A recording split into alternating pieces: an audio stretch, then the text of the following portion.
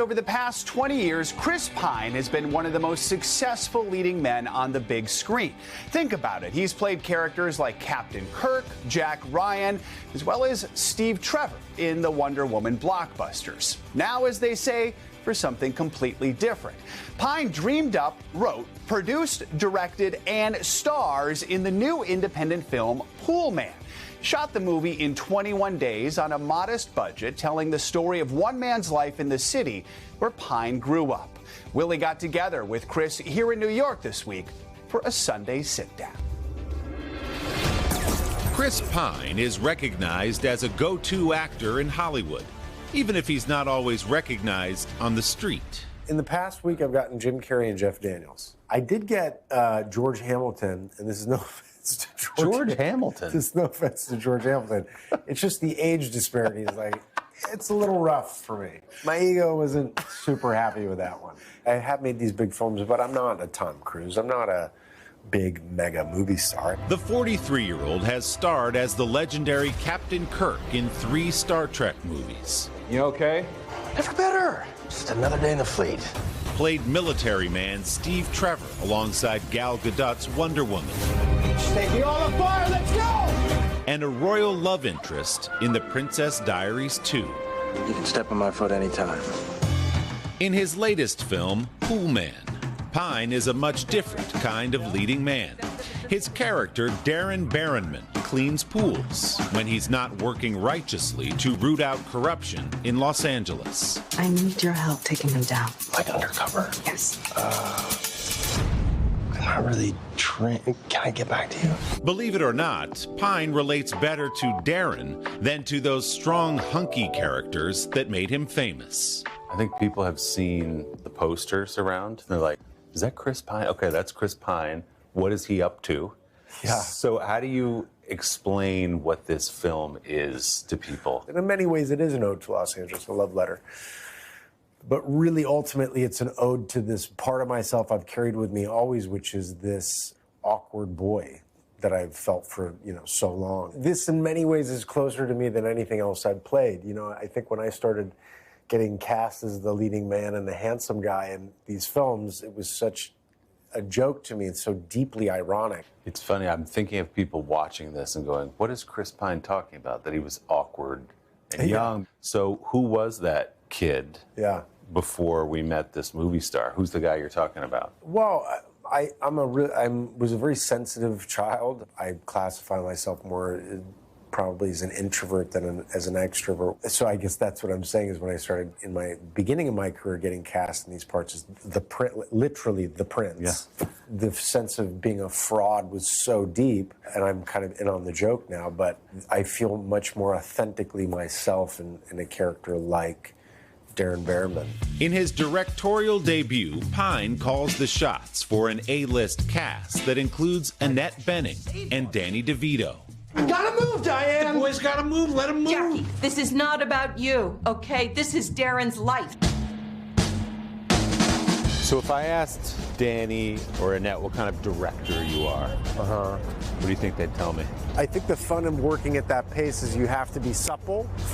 I like that word, supple. You can't be rigid, allowing for what they want to bring to it, I guess. I don't know. Hopefully they liked it. This is my take on the Langer's 8 clean. A little bit of cinema.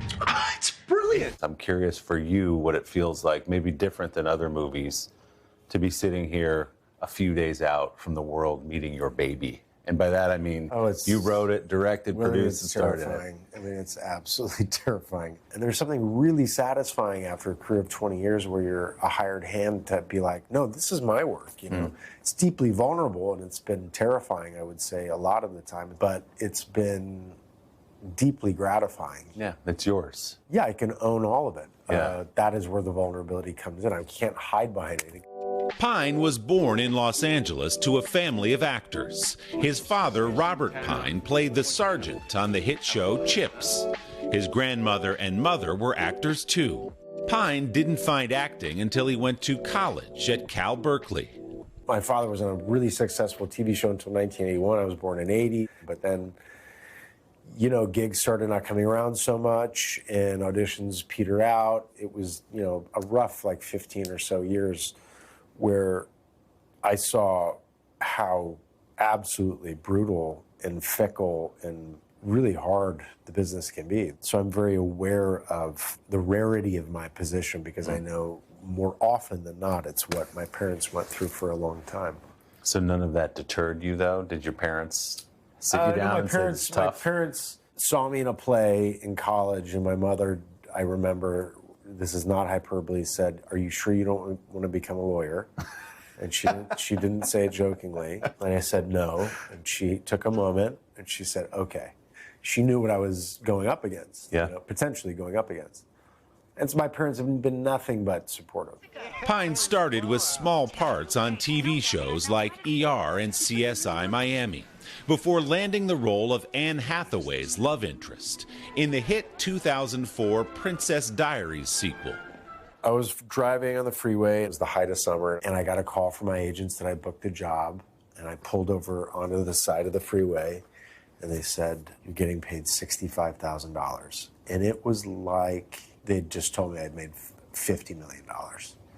It was absolutely earth-shattering. I had an overdraft of my bank account.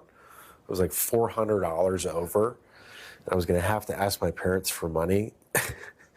And I got that 65, and I just remember distinctly knowing in that moment that my life had changed somehow.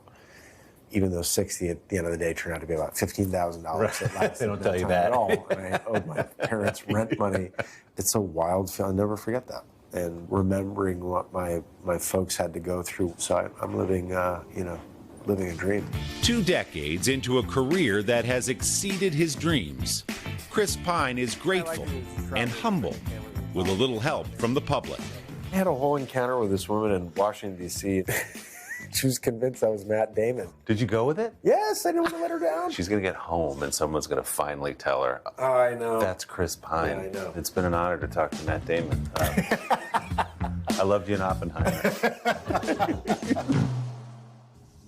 Poolman hits theaters this Friday, May 10th. Our thanks to the Pebble Bar right here at Rockefeller Center for hosting Willie and Chris. Don't forget to subscribe to the Sunday Sitdown podcast to hear Willie's full extended interview with Chris Pine. There is much more in there. You can find it on Apple Podcasts or wherever you get yours. Hey, thanks for watching. Don't miss the Today Show every weekday at 11 a.m. Eastern, 8 Pacific on our streaming channel, Today All Day. To watch, head to today.com/allday or click the link right here.